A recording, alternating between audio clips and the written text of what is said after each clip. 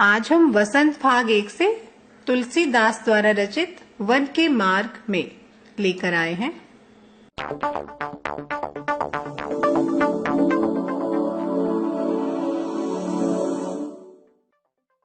पूर ते निकसी रघुवीर बधु धरी धीर दय मग में डग दवे।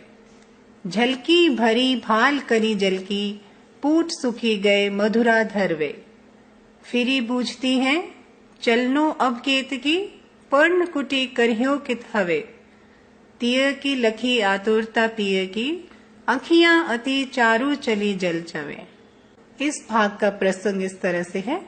ये पंक्तियां हमारी पाठ्य पुस्तक वसंत से वन के मार्ग में कविता से ली गई हैं। इसके कवि तुलसीदास जी हैं। इन पंक्तियों में उन्होंने वन के मार्ग में चलने से दुखी सीता के बारे में बताया है।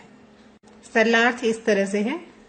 कवि कहता है कि श्री रामचंद्र की पत्नी सीता नगर से वन के मार्ग में बहुत धैर्य धारण करके निकली।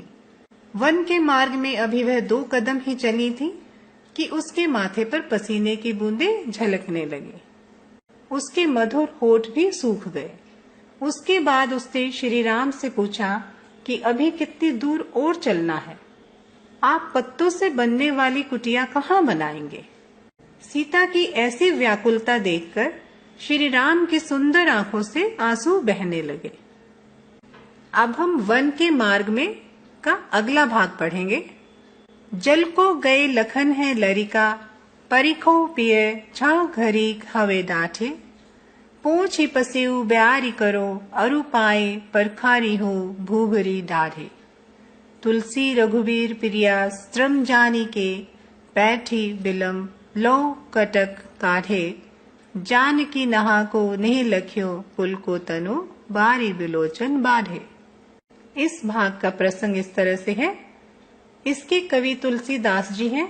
इन पंक्तियों में उन्होंने राम और सीता के आपसी प्रेम का सुंदर वर्णन किया है। इसका सरलार्थ इस तरह से है।